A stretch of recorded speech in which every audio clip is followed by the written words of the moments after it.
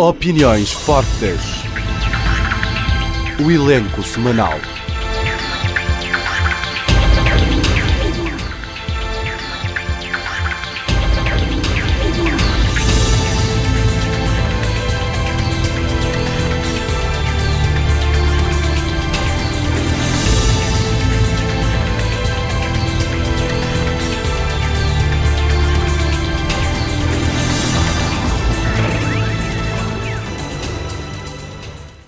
Hoje eu queria começar por falar em termos muito genéricos da despesa pública e da sua sustentabilidade. Como é sabido, todos os anos, em sede de execução orçamental, o Estado realiza despesas públicas, mas para realizar despesas públicas necessita de receitas públicas. E as fontes de receitas públicas são o endividamento público, as ajudas e os donativos dos parceiros de desenvolvimento, mas a principal fonte de receita do Estado são os impostos ou as receitas fiscais. Por um lado, a despesa pública é um fator que promove o crescimento econômico e o bem-estar. Mas, por outro lado, o nível reduzido de despesa pública significa também que o Estado necessita de menos receitas públicas, portanto, vai cobrar menos impostos e, cobrando menos impostos sobre as famílias e sobre as empresas, liberta recursos para as famílias consumirem mais e para as empresas investirem mais, o que promove também o crescimento econômico e o emprego. A despesa pública é também uma variável-chave no que diz respeito à sustentabilidade das finanças públicas. Uma gestão sã e prudente das finanças públicas requer um controlo rigoroso das despesas públicas, a redução das despesas quando se exigem, para que se possa encontrar um equilíbrio entre a redução dos impostos, o endividamento público, mas também o financiamento do investimento público para áreas que são consideradas chaves na economia. É neste sentido que os economistas recomendam que o Estado deve redirecionar o investimento público para setores chaves da economia, como, por exemplo, a acumulação do capital físico e humano, mas também um forte apoio à investigação, ao desenvolvimento e à inovação. Por exemplo, o economista Lucas defendeu que um forte investimento na educação contribui para aumentar o nível do capital humano, e o nível do capital humano é visto como a principal fonte de crescimento econômico a longo prazo. O economista Barro defende que um forte investimento em infraestruturas, como, por exemplo, portos, aeroportos, hospitais, escolas, barragens, também promove o crescimento econômico.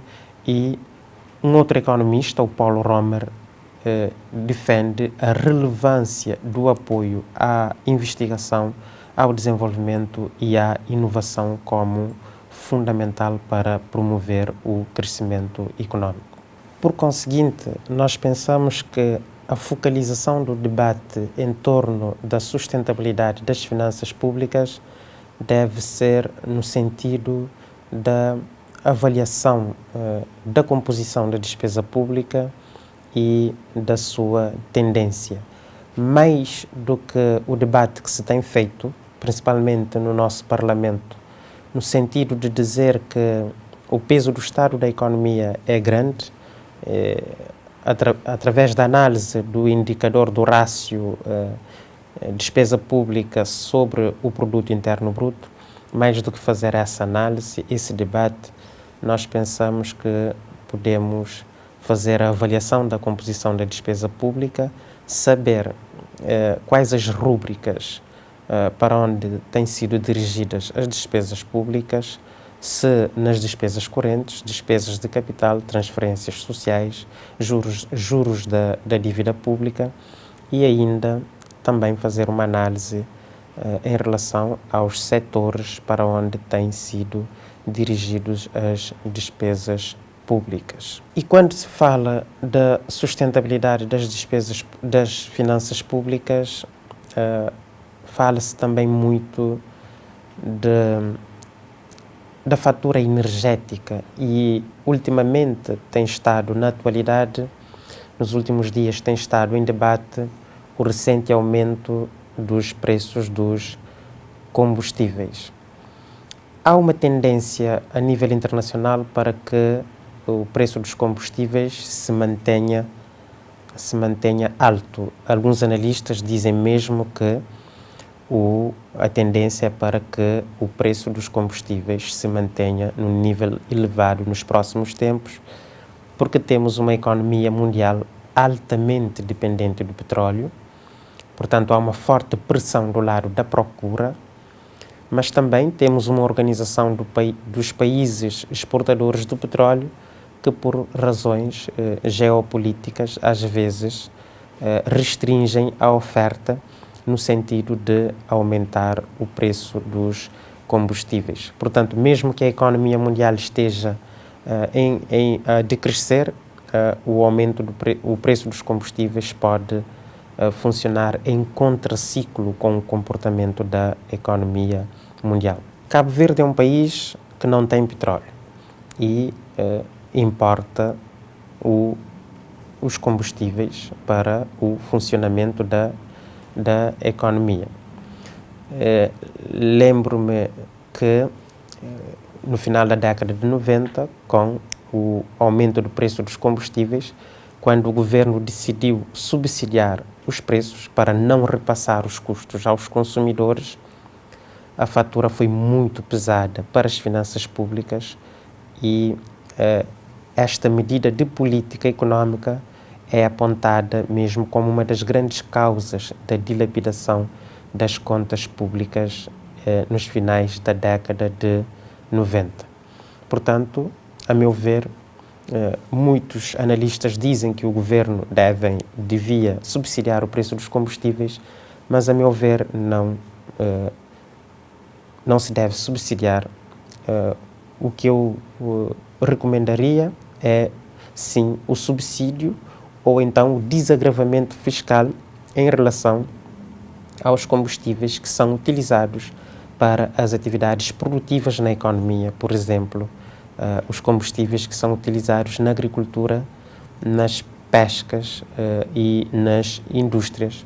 Mas o governo não devia subsidiar na globalidade o preço dos combustíveis, porque muita gente compra combustíveis para pôr nos automóveis e para passear, ou seja, não para a utilização em atividades produtivas. Mas quando a fatura energética torna-se extremamente elevada, então é preciso encontrar fontes de energia alternativas. E aqui devemos realçar o facto de o governo estar a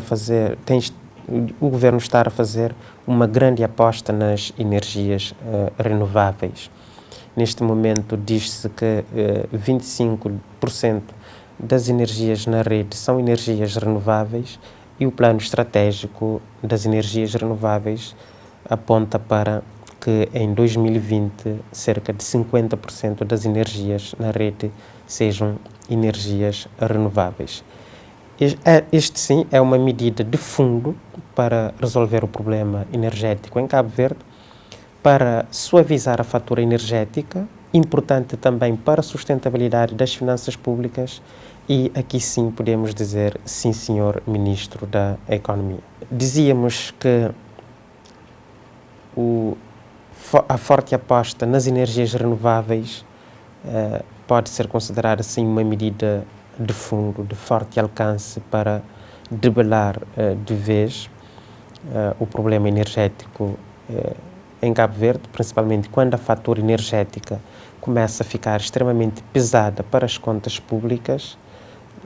importante para a sustentabilidade das finanças públicas e que aqui sim podemos dizer sim senhor Ministro da Indústria, Turismo e Energia. Para hoje eram esses os assuntos que eu queria abordar. Boa noite e até a próxima semana. Opiniões fortes. As opiniões fazem-se na TIVET.